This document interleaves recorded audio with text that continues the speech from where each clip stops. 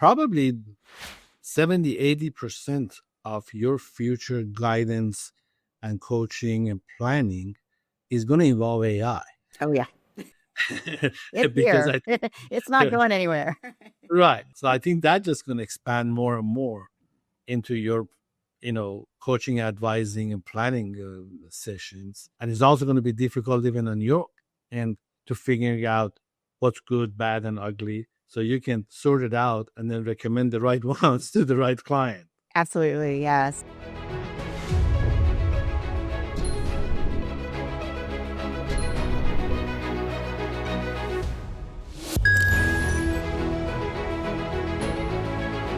Hamid, I'm really interested in, getting to know you and learn about more of AI.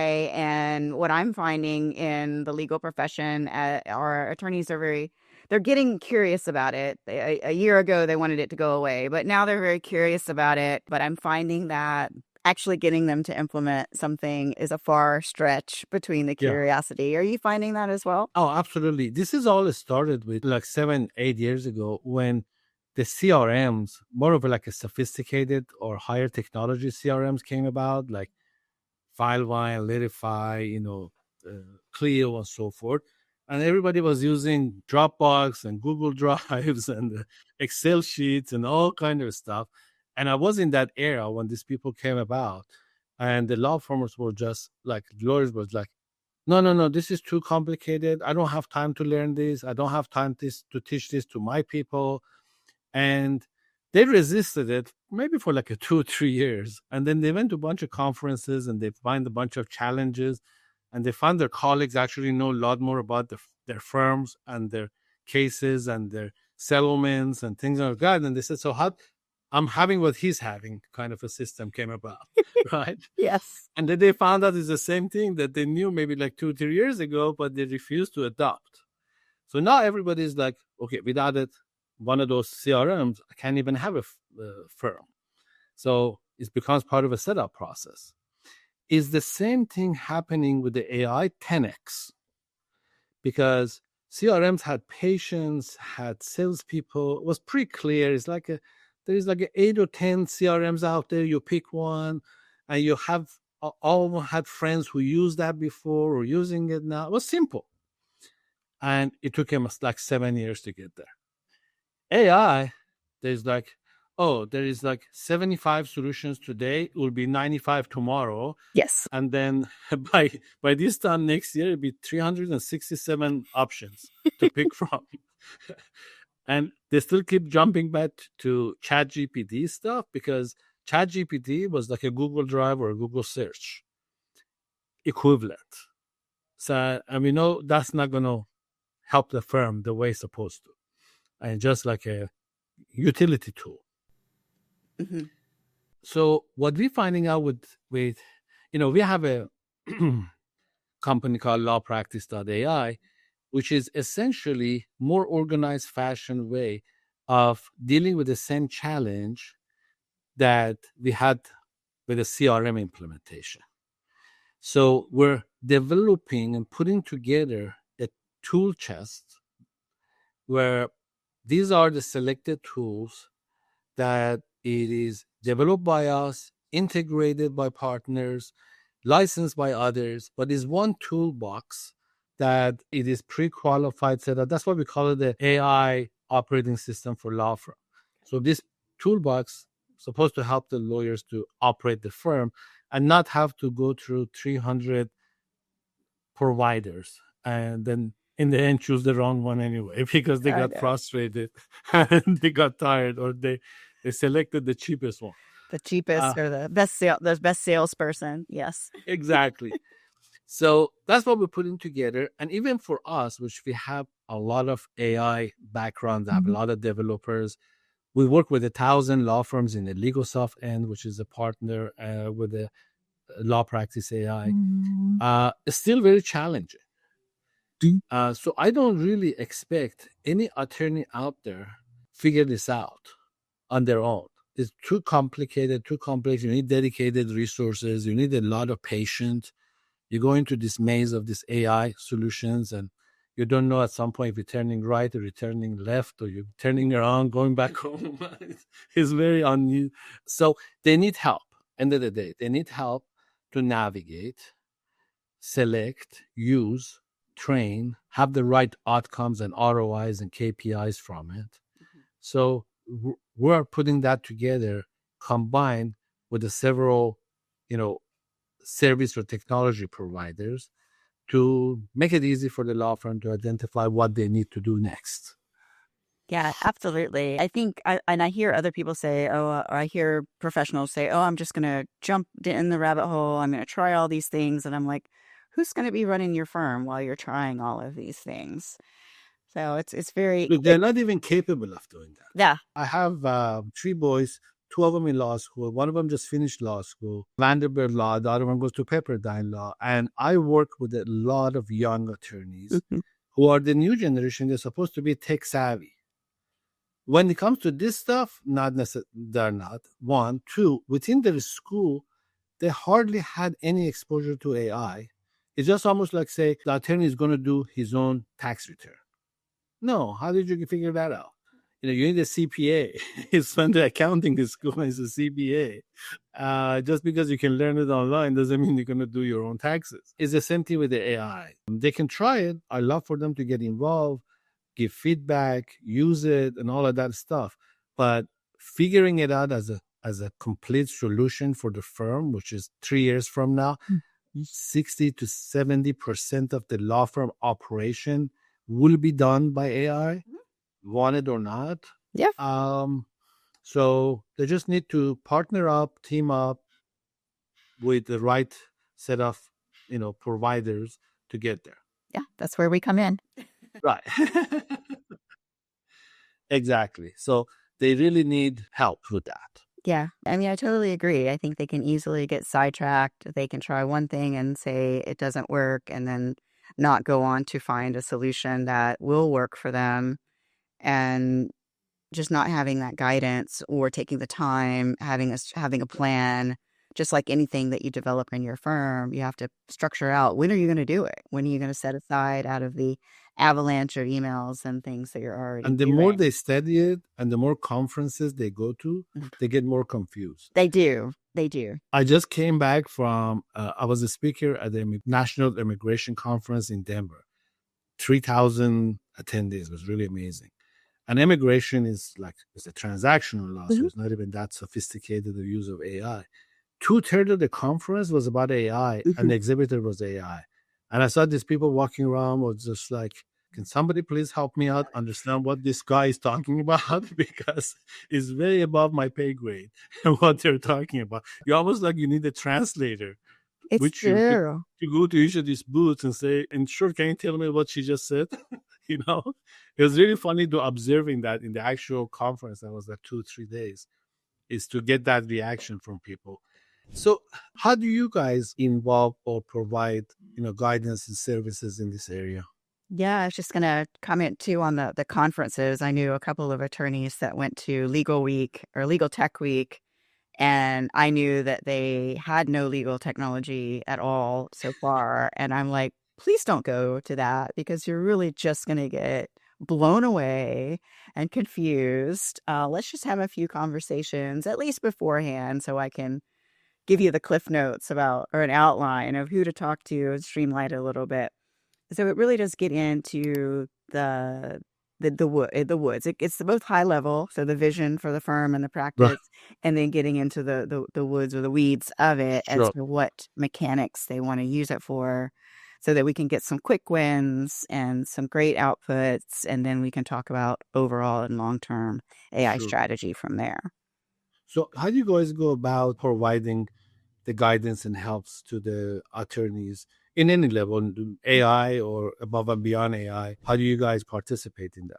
Yeah, it's as little or as much as they want. So I go anywhere from being a fractional and boots on the ground and helping them out from that level to literally someone approached me last week and they need some med-mal, something to do med-mal requests for them, their records requests. And so it's like, okay, I can point them to a solution like yours. I saw that's part of your suite of packages, or if they want something developed, I could work with one of my developers that are preferred people in my organization. Mhm. And then we talk about costs. It's like, okay, well, how much do you want to invest? What do you have for now?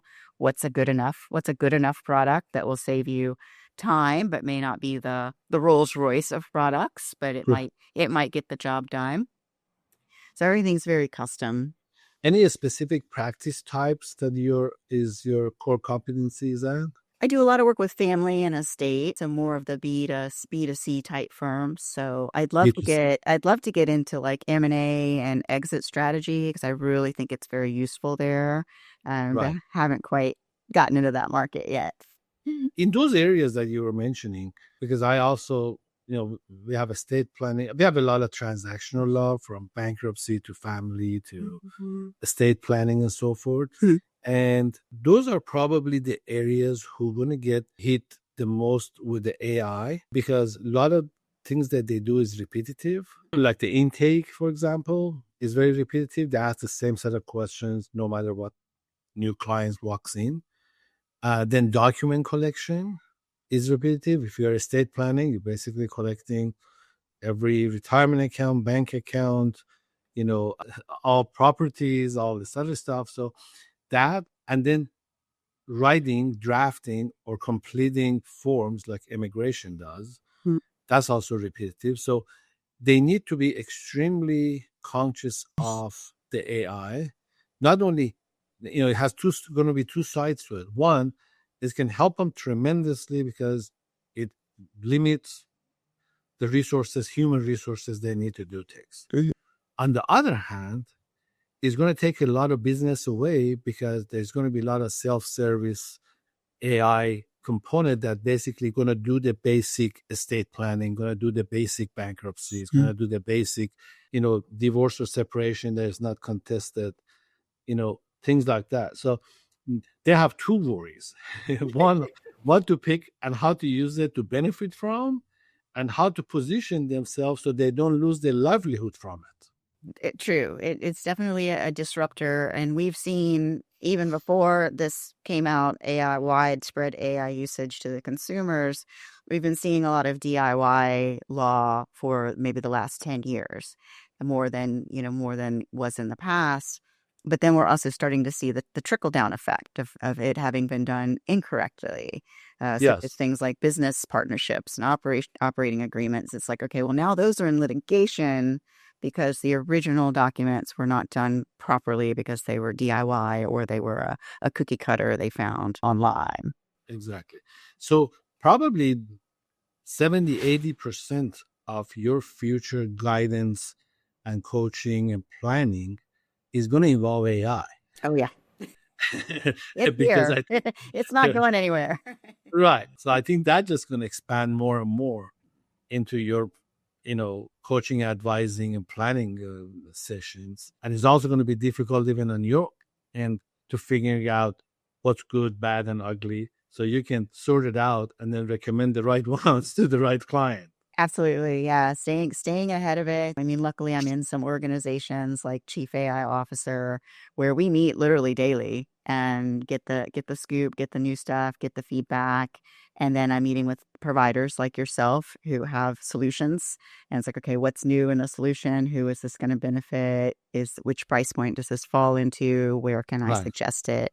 I think one of the biggest impact initially with the estate planning and family and so forth is going to be the law practice AI intake, automated intake that is customized into each different practice types and the segment of that practice type. And we're testing it with the consumer protection. And like in 1 month, they were able to retain 50 clients for one firm, 100% AI. Imagine the AI got the retainer signed and back. Not only did the intake, got the retainer, which is incredible. So I think as your partnership with the companies expanding, those are some of the initial proof of concepts that we can do with your organization is implementing some of this intake that is customized for family or state or anything else that you have in the client types. I think that would be a great start for putting this technology and your know-how to implement. Because in this kind of a environment, it's 50% technology, 50% implementation.